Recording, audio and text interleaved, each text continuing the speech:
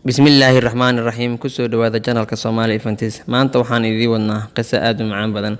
Qisadan ayaa waxay ku dhacday nin la yiraahdo Thabit bin Marwasaan oo ahaa Imaam Abi Xaniifa aabihii. Thabit maalin maalmaha ka mid ah ayaa wuxuu ka soo baxay gurigiisa isagoo ka muuqata baahi daran, wuxuuna raadinayay wuxuu cuno. Isagoo wadada socda ayuu wuxuu arkay beer wadada dhinaceeda ku taala ay ka muuqato miro aad u bislaaday, wuxuuna ku fakiray inuu mirahaasi hal xabba ka cuno. Kadib beertii ayuu soo galay, wuxuuna soo goostay hal xabbo oo tufaax ah, wuxuuna ka cunay qayb ka mid ah tufaaxii. Kadib webi meesha yaallo ayuu wuxuu ka cabay biyo. Markii ay gaajadii daysay ayuu fakiray, wuxuuna yiri waxaan cuntay xoolo islaameed aanan lahayn, aad ayayna ula xumaatay. Wuxuuna yiri Allah baan ku dhaartay maanta inaan halkan ka tagin ilaa aan ka helo ninkii beerta iska lahaa oo na iga cafiyo. Kadib ninkii beerta lahaa ayuu raadiyay, markuu helay ayuu wuxuu u sheegay in beertiisa uu miro ka cunay. Wuxuuna ku yiri waxaan galay beertaada, waxaana ka soo goostay xabad tufaax ah, waxaana ka cunay qayb ka mid ah tufaaxii, qaybtii kalena waa tan waxaan kaa codsanayaa inaad iga cafiso qaladkii aan ka galay.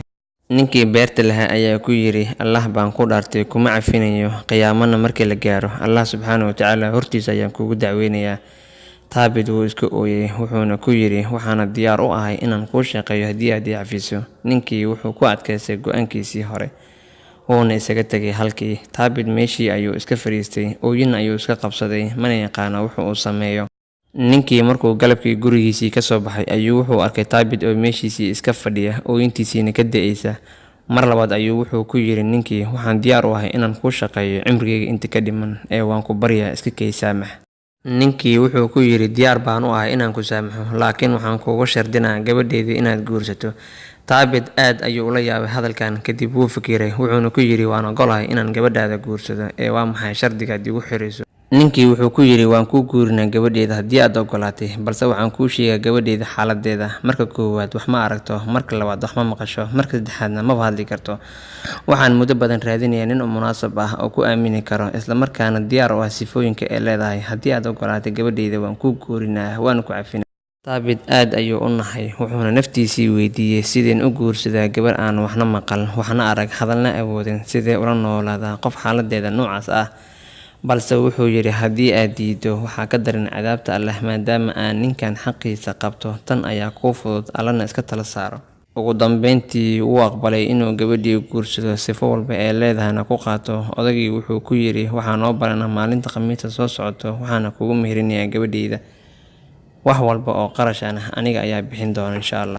Thabit wuxuu yimid maalinta khamiista oo balanta ahayd, isagoo ka muuqata murugo oona dhahayo sideen ku guursadaa qof xaaladeeda sidaan ah. Balse Allah subxaanahu wa tacaala ayuu iska tala saartay, sidaana ayuuna ku guursaday. Aabihii wuxuu Thabit ku meheriyey gabadhiisa. Markii uu guriga soo galay ayuu wuxuu arkay gabar aad u qurux badan oo ag taagan aabaheed. Waxay ku tiri Thabit assalaamu calaykum waraxmatullaahi wabarakaatuh. Markii uu arkay aad ayuuna ula yaabay, wuxuuna isweydiiyey hadalkii uu aabaheed ku lahaa.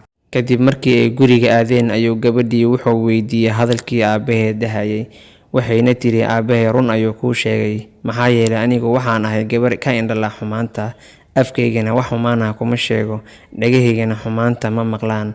Markaasi waxay ku tiri markii uu aabahay ku arkay in aad tahay ruux wanaagsan ayuu wuxuu yiri nin ka walwalayo xabad tufaax ah oo xaaraan u cunay ayaan gabadheyda ku aamini karaa, isaga ayaana mudan in aan u guuriyo gabadheyda.